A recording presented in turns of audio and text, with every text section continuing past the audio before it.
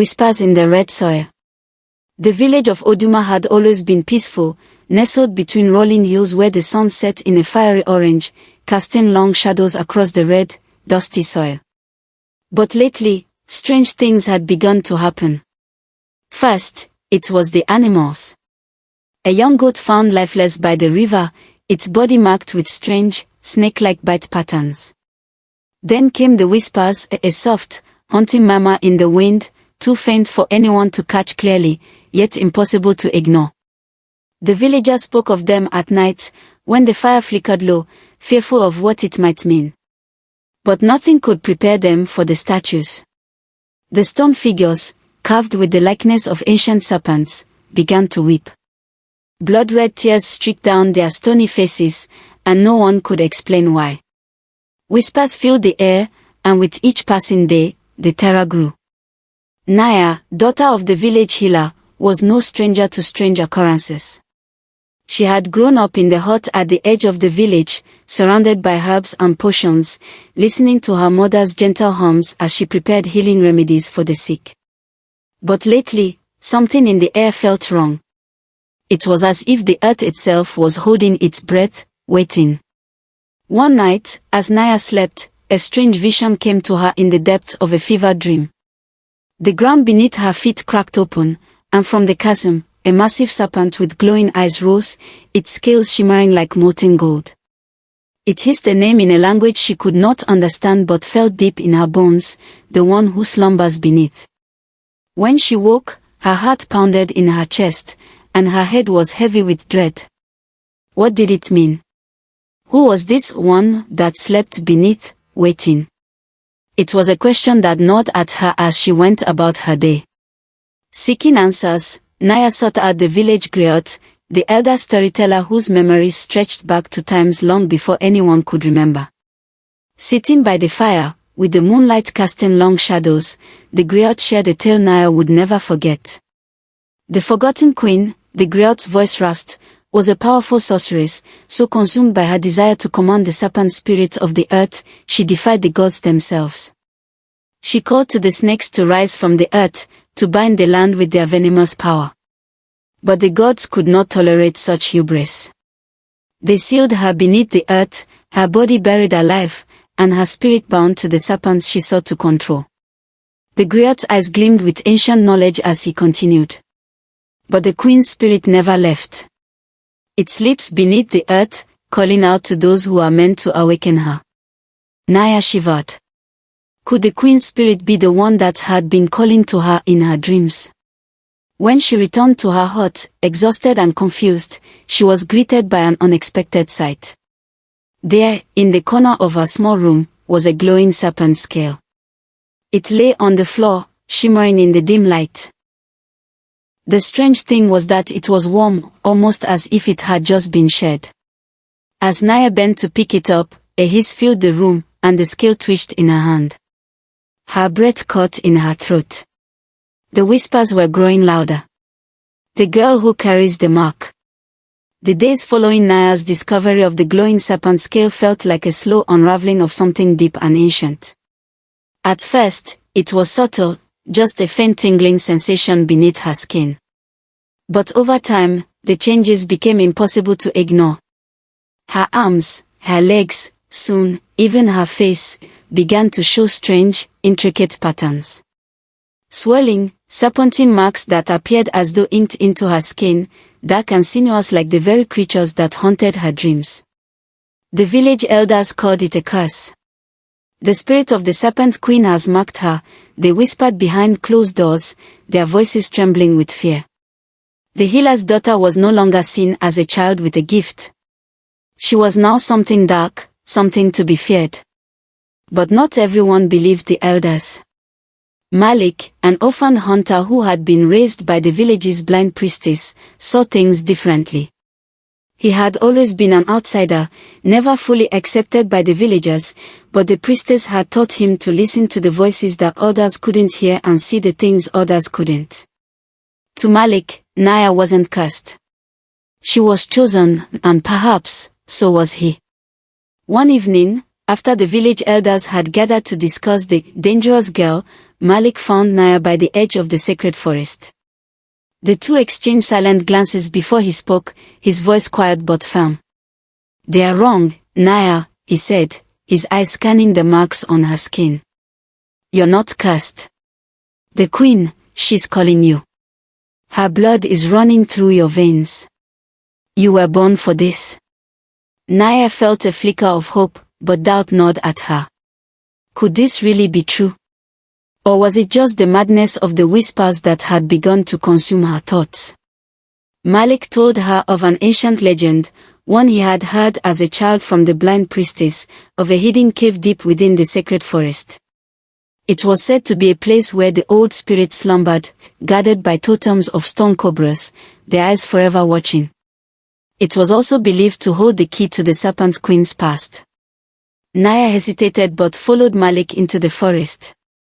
The trees whispered above them, their branches groaning in the wind. After hours of walking through the thick, misty woods, they came upon a clearing where the air was thick with the scent of damp earth and ancient stone. Before them stood the entrance to a cave, its mouth framed by towering stone cobras, their bodies coiled as though ready to strike. Malik stepped forward, his hands trembling with anticipation, and Naya, though unsure, followed closely behind him. Inside the cave, the air was heavy with the scent of dust and time. The walls were covered in faded murals, their colors still vibrant despite the centuries. As they ventured deeper, they discovered a hidden chamber, and there, upon the wall, was a mural unlike any other. It depicted the Serpent Queen, her eyes fierce and her hands raised high, summoning the great serpents of the earth. But what struck Naya the most were the markings that adorned the queen's skin, exactly like her own. The realization hit her like a lightning strike. The legends weren't just stories. The queen, her blood, her fate, it was all tied to her. As they stepped closer, the ground beneath them began to tremble. Naya's heart raced as a strange, deep hum resonated through the cave, and the walls began to shift, as if alive. A voice, low and rumbling, like the earth itself, whispered from the darkness, its words sending a shiver down Naya's spine. "My blood returns. The queen's curse awakens." The scorching heat came first. A dry wind swept across the village of Oduma, bringing with it a stifling warmth that lingered long after the sun had set. The earth, once rich and fertile, cracked beneath the weight of the drought. The crops, which had flourished only weeks ago, withered overnight, their once lush green leaves now brittle and dead. The villagers gathered in anxious groups, murmuring prayers to the spirits, but nothing seemed to work. Then came the children. One by one, the youngest among them fell ill, their fevered bodies racked with pain, their faces pale as death itself. The village healer worked tirelessly, but even she was powerless against the sickness that spread like wildfire. Soon, whispers began to circulate, the drought, the sickness, the strange happenings, they were all signs of a curse. The elders gathered in the chief's hut, their voices low but urgent. They turned their eyes on Naya, whose strange markings had only grown darker and more pronounced. She was the cause of this disaster, they said. Her connection to the Serpent Queen had awoken something ancient and deadly, something that could not be ignored any longer. The chief, once a protector of the village, stood and spoke with authority, his eyes cold with fear. "You have brought this curse upon us, Naya. You are no longer welcome here. Leave now, or the suffering will only grow worse." Naya's heart shattered as the village she had known her entire life turned its back on her. The elders, the children she had once cared for, all cast her out as a scapegoat for the misery they faced. Malik, ever the loyal companion, stepped forward. "I'll follow you," he said, his voice unwavering. "We'll find a way to stop this. I won't leave you alone." With nowhere else to turn, Naya and Malik set out into the wilds, away from the village and into the unknown. The journey was long, and the air grew heavier with each step they took. Night after night, Naya was plagued by visions. Her dreams were no longer just whispers of the past. They were powerful, vivid glimpses of the future. The Serpent Queen's voice called out to her, urging her forward, guiding her toward the ancient mountain of Iroko, a place steeped in legend, said to be the home of spirits older than the world itself. The path was treacherous, and Naya's strength began to falter. But Malik, ever steadfast, was her anchor, guiding her through the wilderness, even as his own doubts began to take root. Finally, after days of travel, they reached the foot of Mount Iroko, its towering peak disappearing into the clouds. The air around it was thick with energy, ancient and untamed. At the base of the mountain, they found old Mama Ige, a spirit seer whose eyes were clouded with the wisdom of ages. She was a woman of few words, but when she spoke, it was as if the earth itself trembled. "You are the one," Mama Ige said, her voice soft yet laced with warning. "The Queen's return is upon us. Her power grows, and with it, the line between life and death will shatter. The serpent spirits will rise, and the world will know chaos." Naya felt the weight of Mama Ige's words sink deep into her soul. The Queen was returning, but at what cost? What would happen when she rose again? "You must make a choice," Mama Ige continued, her voice lowering to a whisper. "The Queen's blood runs through you, but it is not just her power you inherit. There is a curse that comes with it. Only you can decide how it will end." But Naya's thoughts were already racing. She had seen the signs. The path ahead was shrouded in darkness, but the fate of Oduma, and perhaps the world, was in her hands. That night, as they set up camp near the base of the mountain, Naya looked up at the moon, a blood-red orb hanging low in the sky. The air seemed to vibrate with tension, and the earth beneath her feet felt as though it were trembling. Suddenly, the river that flowed near their camp began to shift. At first, it was subtle, a gentle ripple, then a stronger current pulling backward, away from the mountain. Naya watched in horror as the water reversed its flow, spiraling like a vortex. And then, from the depths of the river, they emerged, black serpents, their scales gleaming like obsidian, slithering from the water, their eyes gleaming with hunger. The Serpent Queen's return had begun. The hidden scroll of fire and fangs. The dawn was still dark when Mama Ige handed Naya and Malik the scroll. It was ancient, bound in a material unlike any they had seen, smooth, but firm, and covered in intricate, living patterns of snakes. The air around the scroll seemed to shimmer with an energy that was both alluring and dangerous. "You will need this," Mama Ige said, her voice heavy with the weight of centuries. It was written by the Serpent Queen herself, long before she was sealed away. It holds the key to her power. Naya unrolled the scroll, her hands trembling as she read the ancient script.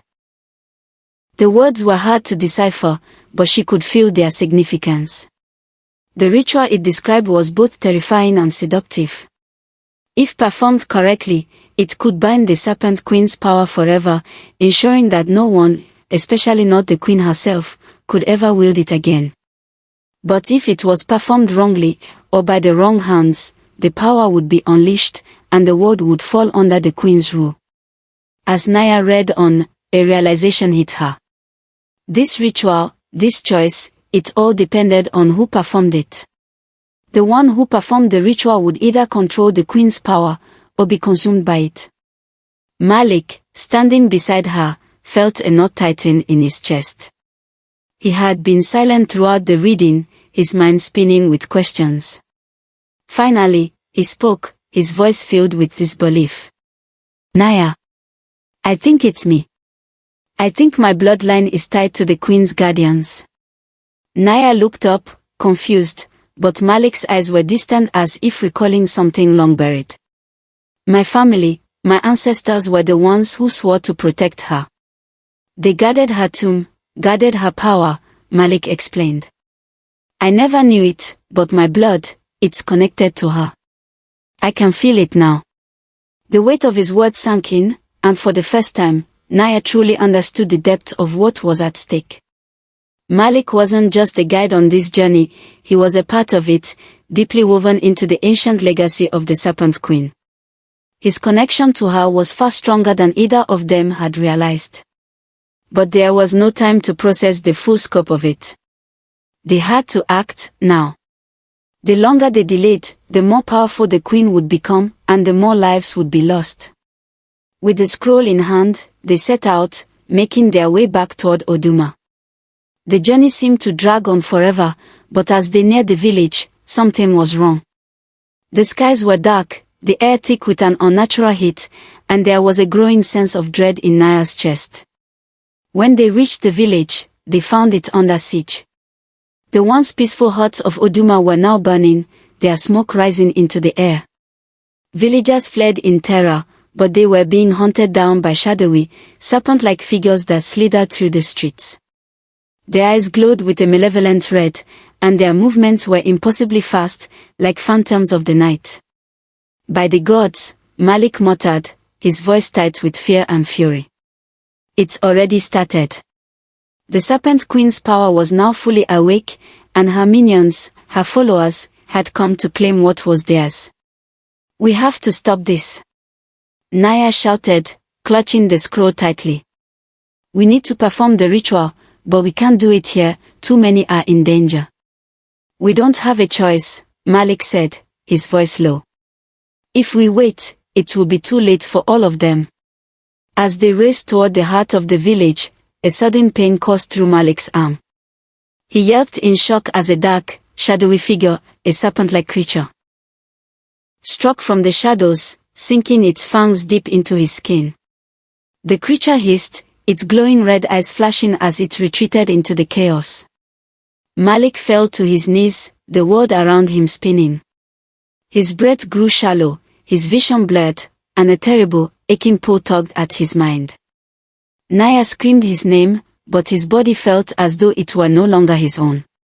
The serpent's venom walked fast, and Malik's mind slipped into darkness.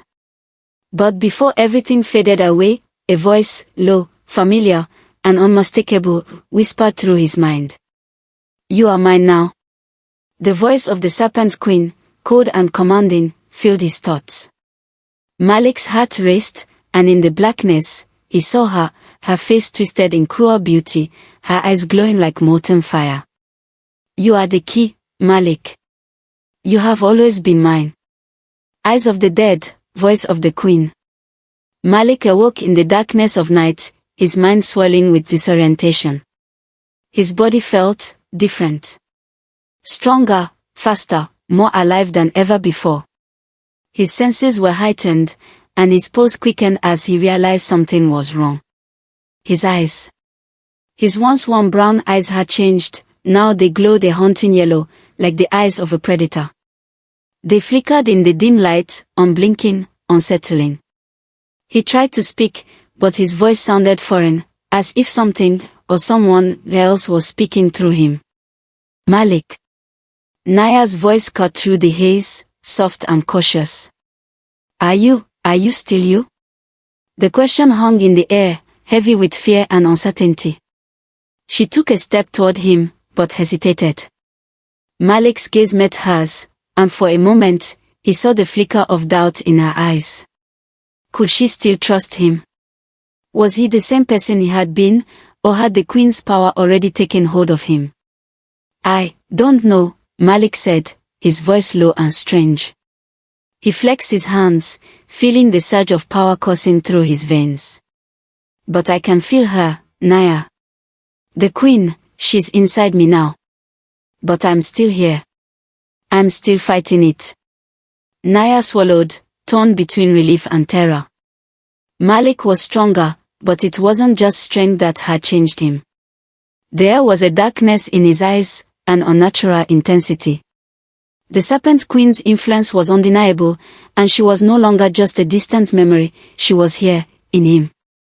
We need to go back to Oduma, Naya said, her voice steady despite the storm raging in her chest. We need to confront the council. They'll know what to do. But when they reached the village, the sight before them stopped them dead in their tracks. The once lively village was eerily silent. The air felt thick, suffocating. Smoke still billowed from the remains of burnt homes, but no villagers roamed the streets. No cries, no footsteps. Then they saw him, the chief. Petrified in stone, his eyes wide with terror, his mouth frozen in a silent scream. The stone was smooth and dark, veins of black creeping through his form like creeping poison. His entire body had been turned to solid rock, a permanent monument to whatever had claimed him. How? Naya whispered, her voice barely audible as she stepped closer to the stone figure. She's already here, Malik murmured, his yellow eyes flickering as he scanned the village. Her power has taken root. As they moved deeper into the village, they encountered more villagers. At first, they seemed like normal people, but their eyes were lifeless, glazed over. Some muttered incoherently, while others spoke in eerie, unrecognizable voices, as though they were channeling something else. Naya's heart froze when one of them, a young woman, turned toward her. But it wasn't the woman speaking. It was the queen's voice, low, seductive, and cruel. You're too late, Naya. The woman's mouth moved, but it was the queen's voice that echoed in the air. The world would drown in scales and venom. You cannot stop what has already begun. The voice rattled Naya's very bones. Her blood ran cold, and she felt the weight of it. This was no longer a distant threat. The Serpent Queen was here, and her army was growing with each passing moment. Naya turned to Malik, desperation in her eyes. What do we do? How can we stop this? Malik clenched his fist, his glowing yellow eyes narrowing. I don't know yet. But we have to try. We need to find the ritual, the one in the scroll. It might be the only way to stop her. As they made their way toward the center of the village, they found the council's hut destroyed. The elders were gone, leaving nothing behind but empty, shattered stone seats. It was as if the village had already been claimed by the queen's power, and those who resisted had been turned to stone or silenced. Then, Naya felt a pressure in her chest, a sudden overwhelming sense of dread. The queen's presence was closing in on her, filling her mind with whispers and promises. You are mine, the voice echoed in her thoughts. You will merge with me, Naya. Your bloodline calls to me. Together, we will rule the world. Join me, and you will be powerful beyond your dreams. The temptation was unbearable. The voice twisted everything she had known, her family, her past, her very self, and offered her power, dominance, and immortality. But at what cost? Her body, her soul, would she lose herself completely in the queen's grasp? Don't listen to her. Malik's voice broke through her thoughts. You're stronger than this. You can fight her. We'll find a way. You're not alone. But the queen's voice only grew louder. You are mine, Naya. Join me, or watch the world drown. The serpent throne rises. The world felt wrong. Reality itself seemed to fracture as Naya and Malik stood at the heart of Oduma, watching in horror as half of the village, people, homes, animals, began to blur and vanish. The ground trembled beneath their feet, and the sky above twisted with unnatural clouds.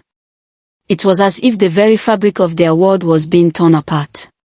Then the screams started, low, drawn-out cries that echoed in every corner of the village. The people who had been caught in the fracture were being pulled into a rift in space, disappearing into a swirling vortex of mist and darkness. Where they went, no one knew. But one thing was clear, the village was being torn in half, dragged into a world where serpents ruled. Malik gripped Naya's arm, his glowing yellow eyes wide with realization. This is the spirit realm. The one the queen rules over.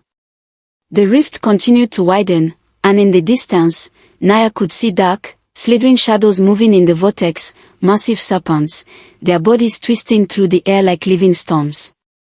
They were waiting, and the queen's presence loomed like a suffocating fog. We have to stop this, Naya said, her voice trembling. We have to bind her power. Malik looked at her, his face a mask of conflict. But Naya, even if we perform the ritual, we need the ash fire flower. It's the only thing that can feel the binding. And it only grows at the peak of Mount Eroko during a lightning storm. Naya nodded, her heart heavy. Then we'll find it. We don't have a choice. With the village in chaos, they gathered their strength and set out for the mountain. The path to Mount Eroko was perilous, but they had no time to waste. They fought their way through the village's illusions. Visions that distorted reality, playing on their deepest fears. The ground underfoot shifted and melted into rivers of venom. Figures from their past, friends, family, appeared, twisted by the queen's power, trying to lead them astray. Focus, Malik, Naya urged as she fought off a phantom of her own, an illusion of her mother, trapped in a snake's body. It was the queen's trickery, her way of breaking their resolve. The real battle is ahead. Malik's expression was pained, his internal struggle evident. He wanted to succumb to the queen's influence, to embrace the power that flowed through him. But when he saw Naya, her determination and strength, it reminded him who he was, who he had to be. The queen's voice, cold and tempting, spoke in his mind once again, but this time he fought it off. You are mine, Malik, the voice hissed. Embrace the serpent inside you. You will be my champion, and together, we will rule. But Malik's fist clenched, his yellow eyes flashing with defiance. No, he muttered, shaking his head as though to clear the queen's whispers. I'm not yours. He turned to Naya, his gaze filled with determination. I'm with you. Let's end this. They pushed forward, battling both the physical and mental monsters that stood in their way. The spirit realm twisted around them, shaping the landscape into serpentine horrors and illusions designed to break their spirits. But together, they fought through it, their bond growing stronger with each step. Finally, after what seemed like an eternity, they reached the peak of Mount Eroko just as a violent lightning storm began to ravage the mountaintop. The ash fire flower bloomed at the summit, its petals glowing bright against the stormy skies, each one flickering like a flame. Grab it, Naya! Malik shouted over the howling winds.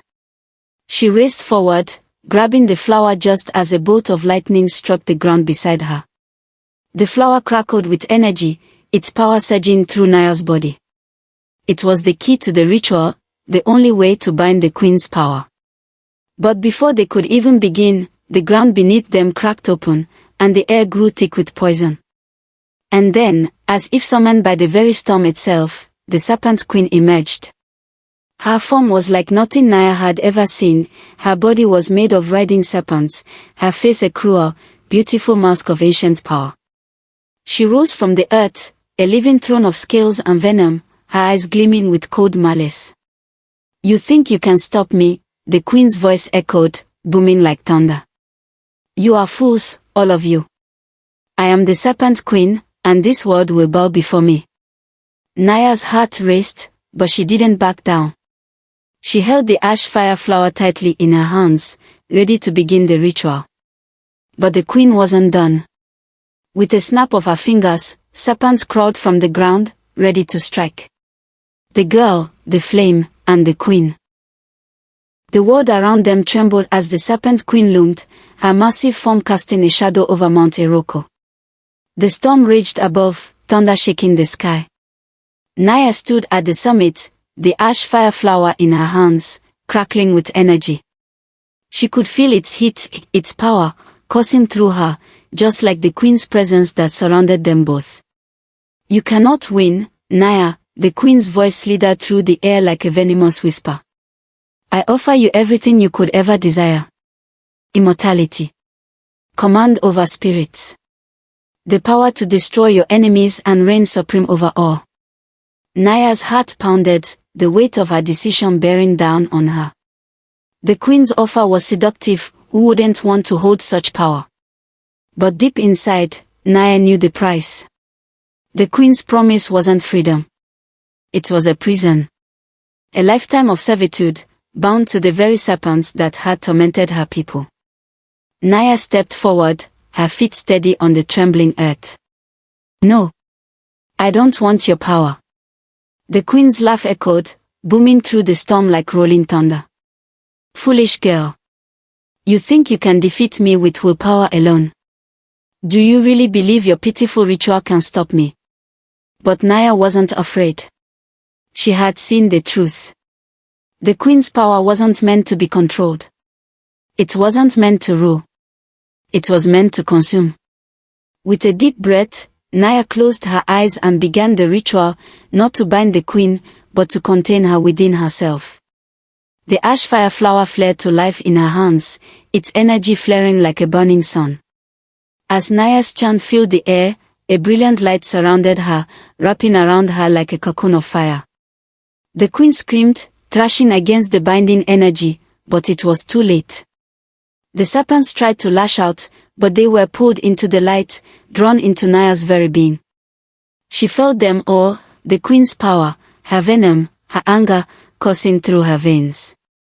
I will not be your slave, Naya whispered as the light intensified. And neither will you. The queen's power raged inside Naya, filling her mind with images of the past, of ancient kingdoms, of bloodshed and vengeance. But Naya held on, focusing on the light, on the ritual.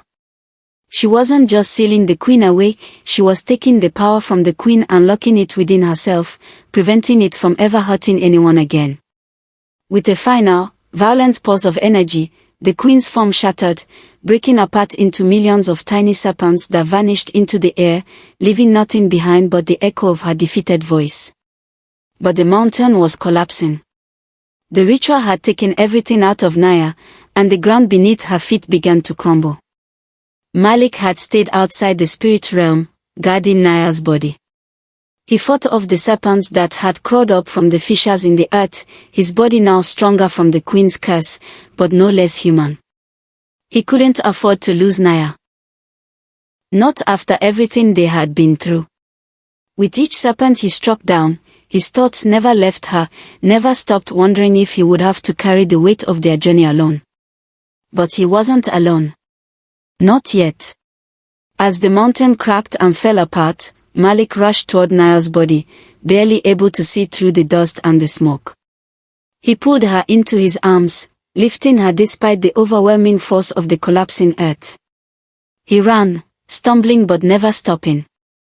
He had to get her out. He had to save her. Days later, Naya awoke in a place she couldn't quite place. She blinked, disoriented, her body heavy with exhaustion. The first thing she noticed was the faint, glowing light coming from her hands, her eyes. The queen was gone. But the power, it was still there, a faint flicker inside her, like a spark deep in her soul. Malik was beside her, his face tired but relieved. You're awake, he whispered. We thought we'd lost you. Naya sat up slowly, the weight of everything they had gone through settling on her shoulders. She could still feel the queen's presence, lurking just beneath the surface. The serpent's power was hers now, but it would never control her. She was stronger than that. The world had changed, her world, their world. But it was theirs to shape now. The darkness was gone, and with it, the queen's reign. Every legend starts with a choice, Naya said softly, looking out over the horizon. And sometimes, it ends with a girl who said no to power.